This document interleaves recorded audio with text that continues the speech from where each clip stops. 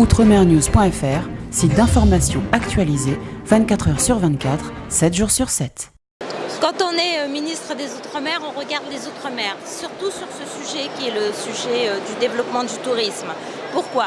D'abord parce qu'aujourd'hui, le tourisme représente à peu près 10% de création de richesse dans les territoires ultramarins, tout confondu. Et nous savons, ce qui est pas mal, mais qui est bien en dessous de ce que nous pouvons faire. Nous pouvons poser une nouvelle ambition pour les territoires et les départements d'outre-mer. C'est le message que j'ai passé lundi et que je passe aujourd'hui. On a une vraie potentialité humaine, culturelle, de diversité gastronomique, historique, de paysage. Donc nous devons progresser, mais nous devons progresser tous ensemble. Et nous devons avoir une visibilité au niveau national. Aujourd'hui, bien sûr, au Salon du tourisme, mais pas que, tout le temps. Nous devons intégrer la stratégie française du développement touristique. La France est une des grandes puissances de l'activité touriste. Il faut que nous arrivions à intégrer ça. Il faut que lorsque les touristes pensent tourisme français, ils voient aussi les ultramarins. C'est pour ça que cette bagarre que nous allons, ce combat, ensemble monter, c'était mon message de lundi, ensemble organisé par une méthode de travail, un partage de bonnes pratiques, de savoir-faire. Nous allons organiser ça. C'est pour ça que nous voulons jouer collectif. Parce que on sait que pour le travail, c'est bien, pour l'économie, c'est bien. Mais nous avons devant nous des sujets, par exemple le sujet de la formation. Il faut que nous formions plus et mieux.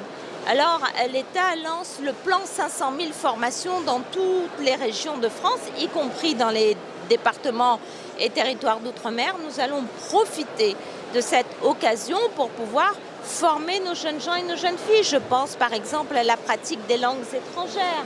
Si nous voulons être à l'international de plus en plus, nous devons premièrement parler tous absolument anglais. Et puis il faut développer la pratique des langues comme l'hindi, comme le mandarin, etc., etc. Le portugais, nous devons accueillir de plus en plus de touristes parce que nous sommes vraiment en capacité de le faire. Il faut travailler aussi sur développer les capacités d'accueil dans les territoires et les départements. Voilà, nous avons le cheval de bataille principal.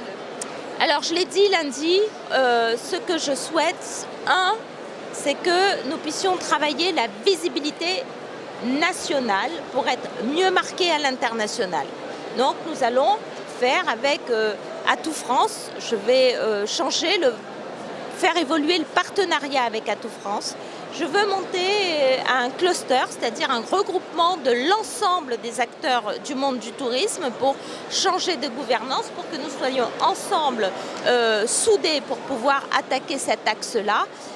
Je vais participer à l'observatoire de tout ce qui est connectivité, c'est-à-dire globalement, avec Mathias Feckel et Alain Vidalis, je souhaite que nous puissions avancer sur comment mieux desservir en aérien mais aussi en maritime l'ensemble des territoires et départements d'outre-mer parce que nous avons bien sûr le problème de la desserte mais nous avons aussi le sujet des croisiéristes. Il faut organiser ça et je veux qu'on arrive à ça. Et puis je souhaite que nous puissions aller encore plus loin, par exemple dans la formation. L'enjeu de la formation est un enjeu important. Donc nous avons une feuille de route, un axe, une stratégie, une gouvernance un peu nouvelle que j'ai exposée lundi et on va s'attacher à continuer à travailler là-dessus. Madame la ministre, on note une augmentation du nombre de touristes aux Antilles. Selon vous, la situation du Maghreb profite à ces régions. Est-ce que ces régions ne doivent pas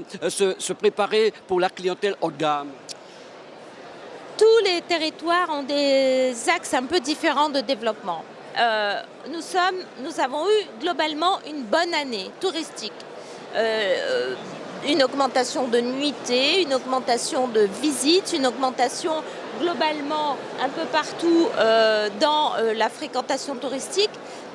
Ça peut être conjoncturel, bien sûr, il peut y avoir hélas un environnement qui a été propice, mais c'est aussi une chance parce qu'au moment où nous recevons plus de personnes, c'est aussi stratégiquement le bon moment de continuer sur cette vague, de mieux nous faire connaître. C'est pour ça que ces rencontres du tourisme lundi a été très opportune parce qu'elles nous montrent qu'on peut être attractif et qu'on doit garder cette dynamique de l'attractivité. C'est sur cet axe-là que je vais continuer à travailler. Alors bien sûr pour les Antilles, bien sûr pour Mayotte, bien sûr pour la Polynésie, bien sûr avec la Nouvelle-Calédonie, et puis bien sûr pour la Réunion, bien sûr parce que tous ces territoires, qu'est-ce que nous portons? Le multiculturalisme, la diversité, et au moment dans lequel on est aujourd'hui en France, il faut qu'on soit très fiers parce que c'est un beau message que nous portons. La diversité, le multiculturalisme, c'est vraiment une belle attente, une belle carte à jouer.